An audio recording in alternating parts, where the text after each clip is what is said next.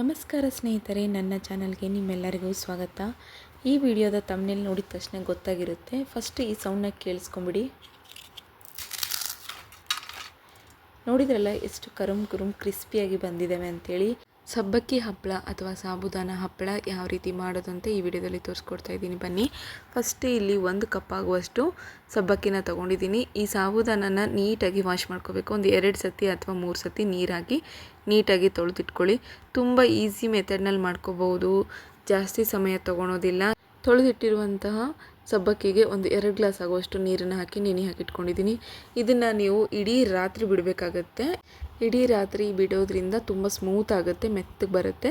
ಹಾಗಾಗಿ ಇಡೀ ರಾತ್ರಿ ಬಿಡಬೇಕು. ಈಗ ಲಿಡ್ನ ಕ್ಲೋಸ್ ಮಾಡ್ಕೊಂಬಿಟ್ಟು ರಾತ್ರಿ ಓವರ್ನೈಟ್ ಬಿಟ್ಟಿದ್ದೀನಿ. ಈಗ ನೆಕ್ಸ್ಟ್ ಡೇ ಬೆಳಗ್ಗೆ ನೋಡಿ ಎಷ್ಟು ಮೆತ್ತಗಾಗಿದೆ ಅಂತ ಕೂಡ ತೋರಿಸ್ಕೊಡ್ತಾ ಇದ್ದೀನಿ. ನೋಡಿ, ಮುಟ್ಟಿದ ತಕ್ಷಣವೇ ಕೈಯಲ್ಲಿ ಸ್ಮೂತಾಗಿ ಬರಬೇಕು, ಮೆತ್ತಗೆ ಬರಬೇಕು. ಈ ರೀತಿ ಆಗಿದೆ ಅಂತಂದರೆ ನಮ್ಮ ಸಂಡಿಗೆ ಮಾಡೋಕ್ಕೆ ರೆಡಿ ಆಗಿದೆ ಅಂತೇಳಿ. ಈಗ ಇದರಲ್ಲಿರುವ ನೀರನ್ನೆಲ್ಲ ತೆಗೆದುಬಿಡೋಣ.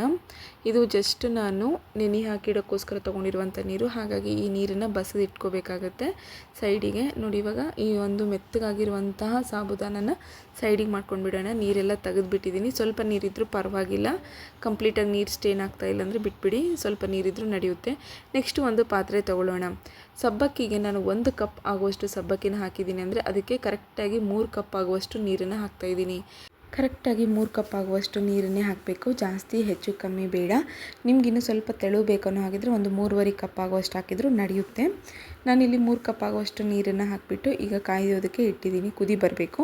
ನೆಕ್ಸ್ಟ್ ನೋಡಿ, ಒಂದು ಮಿಕ್ಸಿ ಜಾರನ್ನ ತೊಗೊಂಡಿದ್ದೀನಿ. ಮಿಕ್ಸಿ ಜಾರಿಗೆ ನಾನೇನು ನೀರು ತೆಗೆದು ಸೈಡಿಗೆ ಇಟ್ಟಿರುವಂತಹ ಸಾಬುದಾನ ಏನಿದೆ ಅದನ್ನು ಈಗ ಇದರಲ್ಲಿ ಹಾಕಿಬಿಟ್ಟು ಒಂದು ಸತಿ ಇದನ್ನು ತಿರ್ಸ್ಕೋಬೇಕಾಗುತ್ತೆ. ಇದನ್ನು ತುಂಬ ತೆಳುವಾಗಿ ಮಾಡ್ಕೊಳೋದಾಗಿರ್ಬೋದು, ಏನು ಮಾಡಬಾರ್ದು. ಇಲ್ಲಿ ನೋಡಿ, ಈ ರೀತಿ ಕ್ರಷ್ ಮಾಡ್ಕೊಂಡಿದ್ದೀನಿ. ಈಗ ಒಂದು ಅರ್ಧ ಕಪ್ ಆಗುವಷ್ಟು ನಾನಿಲ್ಲಿ ನೀರನ್ನು ಹಾಕಿದ್ದೀನಿ. ಈಗ ಸ್ಮೂತ್ ಮಾಡಿಕೊಂಡ್ರೆ ಸಾಕಾಗುತ್ತೆ. ಇದು ಗರಿ ಇದ್ದರೂ ನಡೆಯುತ್ತೆ, ಸ್ಮೂತಾಗಾದರೂ ನಡೆಯುತ್ತೆ. ನಾನಿಲ್ಲಿ ಸ್ವಲ್ಪ ತರಿಯಾಗಿ ಇದನ್ನು ರುಬ್ಕೊಂಡಿದ್ದೀನಿ. ತುಂಬ ಸ್ಮೂತ್ನೆಸ್ ಆಗೇನು ಬೇಡ, ಜಸ್ಟ್ ನಾನಿಲ್ಲಿ ಹಾರ್ಡಾಗಿರೋ ಹಾಗೆ ಇದು ಮಾಡ್ಕೊಂಡಿರೋದು. ಜಸ್ಟ್ ಒಂದು 1/2 ಕಪ್ ಆಗುವಷ್ಟು ನೀರನ್ನು ಹಾಕಿದ್ದೀನಿ ಅಷ್ಟೇ. ನೋಡಿ, ಇವಾಗ ತರಿಯಾಗೇ ಇದೆ. ಇದು ಜಾಸ್ತಿ ಸ್ಮೂತ್ ಬ್ಲೆಂಡ್ ಮಾಡ್ಕೋಬೇಕಂತೇನಿಲ್ಲ. ಈಗ ಇದನ್ನು ಒಂದು ಕಪ್ಪಿಗೆ ತೆಗೆದಿಡೋಣ. ನೋಡಿ, ಇಷ್ಟು ಕ್ವಾಂಟಿಟಿ ಬಂದಿದೆ. 1 ಕಪ್ನಲ್ಲಿ ನಾನು ಮಿಕ್ಸಿ ಜಾರಿಗೆ ಹಾಕಿದರೆ ಈ ಕ್ವಾಂಟಿಟಿಗೆ ಬಂದಿದೆ. ನೆಕ್ಸ್ಟ್ ನೋಡಿ ಸ್ನೇಹಿತರೆ, ಇಲ್ಲಿ ಸ್ವಲ್ಪ 1/2 ಟೇಬಲ್ ಸ್ಪೂನ್ ಆಗುವಷ್ಟು ಉಪ್ಪನ್ನು ಆ್ಯಡ್ ಮಾಡ್ಕೋಬೇಕಾಗತ್ತೆ. ಕುದಿಯುವಂಥ ನೀರಿಗೆ ಅರ್ಧ ಚಮಚೆಯಷ್ಟು ಉಪ್ಪನ್ನು ಹಾಕಿದ್ದೀನಿ. ಉಪ್ಪು ಹೆಚ್ಚು ಕಮ್ಮಿ ಮಾಡ್ಕೋಬೋದು. ಈಗ ನಾವು ಮಾಡ್ತಿರುವಂಥ ಹಪ್ಪಳಕ್ಕೆ ನಾವು ಉಪ್ಪು ಜಾಸ್ತಿ ಕ್ವಾಂಟಿಟಿ ಆಗುತ್ತೆ, ಹಾಗಾಗಿ ಉಪ್ಪನ್ನು ಏನಿದೆ ನೋಡ್ಕೊಂಡ್ಬಿಟ್ಟು ಹಾಕ್ಕೊಳ್ಳಿ. ನೆಕ್ಸ್ಟು ನಾವು ರುಬ್ಬಿಟ್ಕೊಂಡಿರುವಂತಹ ಸಾಬುದಾನ ಏನಿದೆ ಅದನ್ನು ಇದರಲ್ಲಿ ಹಾಕಿಬಿಟ್ಟು ಚೆನ್ನಾಗಿ ಒಂದು ಕುದಿ ಬರೋವರೆಗೂ ಬಿಡಬೇಕಾಗುತ್ತೆ. ಇಲ್ಲಿ ಕನ್ಸಿಸ್ಟೆನ್ಸಿ ಏನಿದೆ ತಿಕ್ನೆಸ್ ಬರಬೇಕು, ಅಲ್ಲಿವರೆಗೆ ಏನಿದೆ ಇದನ್ನು ಕುದಿಸ್ಕೋಬೇಕು. ನೋಡಿ, ಈಗ ಫಸ್ಟ್ ಕುದಿ ಬಂದಿದೆ. ಈ ಕುದಿ ಬಂದ ತಕ್ಷಣ ಇನ್ನೊಂದು ಸತಿ ನೀಟಾಗಿ ಕೈ ಆಡಿಸಿ ಅಲ್ಲಿವರೆಗೂ ತಿಕ್ನೆಸ್ ಆಗ್ತಾ ಇರುತ್ತೆ. ನೋಡಿ, ಈ ರೀತಿ ತಿಕ್ಕಾಯಿತು ಅಂತಂದರೆ ನಮಗೆ ಗೊತ್ತಾಗ್ಬಿಡುತ್ತೆ. ಒಂದು ಸತಿ ತಿರ್ಸೋ ಟೈಮ್ನಲ್ಲಿ ತಿಕ್ಕಾಗ್ತಾ ಇದೆ ಅನ್ನೋದು ಗೊತ್ತಾಯ್ದ ತಕ್ಷಣವೇ ನೀವು ಫ್ಲೇಮ್ನ ಕಮ್ಮಿ ಮಾಡ್ಕೋಬೇಕು, ಇಲ್ಲಾಂದರೆ ಹೊತ್ಬಿಡುತ್ತೆ. ಫ್ಲೇಮ್ನ ಕಮ್ಮಿ ಮಾಡಿಕೊಂಡು ಇನ್ನೊಂದು ಸತಿ ನೀಟಾಗಿ ತಿಕ್ ಮಾಡ್ಕೊತ ಹೋಗಬೇಕು. ಒಂದೇ ರೊಟೇಷನಲ್ಲಿ ತಿರ್ಸೋದ್ರಿಂದ ಏನಾಗುತ್ತೆ, ಗಂಟಾಗೋದಿಲ್ಲ, ಈಸಿಯಾಗಿ ಆಗುತ್ತೆ. ಈಗ ತಿಕ್ ಆಗಿದೆಯೋ ಇಲ್ಲೋ, ಈ ಒಂದು ರೆಡಿ ಆಗಿದೆಯೋ ಇಲ್ಲೋ ಹಪ್ಪಳ ಅನ್ನೋದಕ್ಕೆ ನಾನಿಲ್ಲಿ ನಿಮಗೆ ಒಂದು ಸತಿ ತೋರಿಸ್ಕೊಡ್ತೀನಿ. ನೋಡಿ, ಒಂದು ಪ್ಲೇಟ್ನ ತೊಗೊಳ್ಳಿ. ಸಿಂಪಲ್ಲಾಗಿ ಜಸ್ಟ್ ಒಂದು ಪ್ಲೇಟ್ನ ತೊಗೊಂಡ್ಬಿಟ್ಟು ಒಂದು ಪ್ಲೇಟ್ ಮೇಲೆ ಇದನ್ನು ಹಾಕಬೇಕಾಗುತ್ತೆ. ನೋಡಿ, ನಾನು ತೋರಿಸ್ಕೊಡ್ತಾ ಇದ್ದೀನಿ. ಅದೇ ರೀತಿ ನೀವು ಕೂಡ ಟ್ರೈ ಮಾಡಿ. ಒಂದು ಪ್ಲೇಟ್ನ ತೊಗೊಂಡು ಈ ರೀತಿ ಹಾಕಿದ್ದೀನಿ. ಇದು ಎಲ್ಲಿ ಕೂಡ ಸ್ವಲ್ಪ ಕೂಡ ತಿರುಗಾಡ್ತಾ ಇಲ್ಲ, ಅಂದರೆ ಜಾಸ್ತಿ ಇಳಿದು ಬರ್ತಾ ಇಲ್ಲ ಅನ್ನೋ ಹಾಗಿದ್ರೆ ಈಗ ತಿಕ್ಕಾಗಿದೆ ಅಂತ ಅರ್ಥ. ಇಲ್ಲ ಅಂತಂದರೆ ನೀರಾಗಿದ್ರೆ ಏನಾಗ್ಬಿಡುತ್ತೆ, ಪ್ಲೇಟ್ ತುಂಬ ಹರಡುತ್ತೆ. ನೋಡಿ, ಈಗ ಹರಡಿಲ್ಲ, ಹಾಗಾಗಿ ತಿಕ್ಕಾಗಿದೆ ಅಂತ ಅರ್ಥ. ಈಗ ಗ್ಯಾಸ್ನ ಬಂದ್ ಮಾಡ್ಕೊಂಡು ಬಿಡೋಣ. ಒಂದು 2 ನಿಮಿಷಗಳ ಕಾಲ ಬಿಸಿ ಇರೋದನ್ನು ಸ್ವಲ್ಪ ತಣ್ಣಗಾಗೋಕ್ಕೆ ಬಿಡಬೇಕು. ಕೇವಲ 2 ನಿಮಿಷ ಬಿಡಿ. ತುಂಬ ತಿಕ್ಕಾಯಿತು ಅಂತಂದರೆ ಹಾಕೋಕ್ಕಾಗೋದಿಲ್ಲ, ಟೈಮ್ ವೇಸ್ಟ್ ಆಗುತ್ತೆ. ಇದು ಬಿಸಿ ಇದ್ದಾಗೆ ಹಾಕ್ಕೊತ ಹೋಗಬೇಕು. ಈಗ ಒಂದು ಪೇಪರ್ ಶೀಟ್ನ ತೊಗೊಂಡಿದ್ದೀನಿ ನಾನಿಲ್ಲಿ.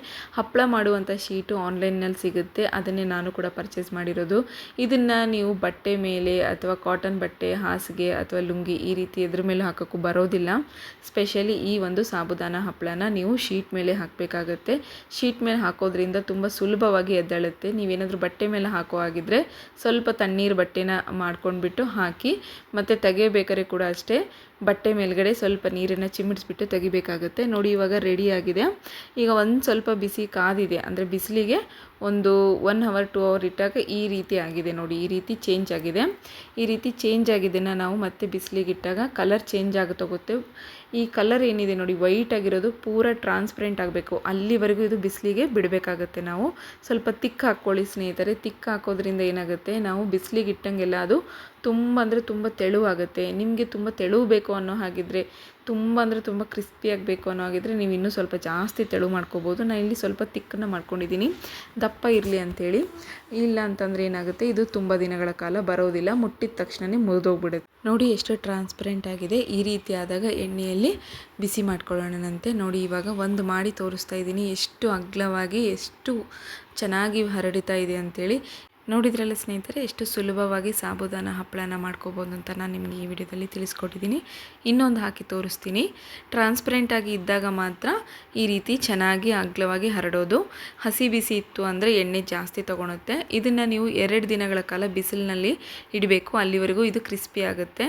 ಇದನ್ನು ಒಂದೇ ದಿನದಲ್ಲಿ ಮಾಡೋಕ್ಕಾಗೋದಿಲ್ಲ. ನಿಮ್ಗೆ ಏನಾದರೂ ಬಿಸಿಲು ಇಲ್ಲ ಅನ್ನೋಗಿದ್ರೆ ಫ್ಯಾನಿನ ಕೆಳಗಡೆ ಕೂಡ ಇದನ್ನು ನೀವು ಆರಿಸ್ಬೋದು. ನೋಡಿ ಇವಾಗ ಎಷ್ಟು ಚೆನ್ನಾಗಿ ಬಂದಿದ್ದಾವೆ. ಈ ವಿಡಿಯೋ ನಿಮಗೆ ಇಷ್ಟ ಆದರೆ ನನ್ನ ಚಾನಲ್ನ ಸಬ್ಸ್ಕ್ರೈಬ್ ಆಗೋದನ್ನು ಮಾತ್ರ ಮರಿಬೇಡಿ. ಹಾಗೆ ಪಕ್ಕದಲ್ಲಿರುವ ಬೆಲ್ ಐಕಾನ್ನ ಕ್ಲಿಕ್ ಮಾಡಿ, ಎಲ್ಲರಿಗಿಂತ ಮುಂಚೆ ನೋಟಿಫಿಕೇಷನ್ ನಿಮಗೆ ಸಿಗುತ್ತೆ. ಈ ವಿಡಿಯೋ ನೋಡಿದ್ದಕ್ಕೆ ಎಲ್ಲರಿಗೂ ಧನ್ಯವಾದಗಳು.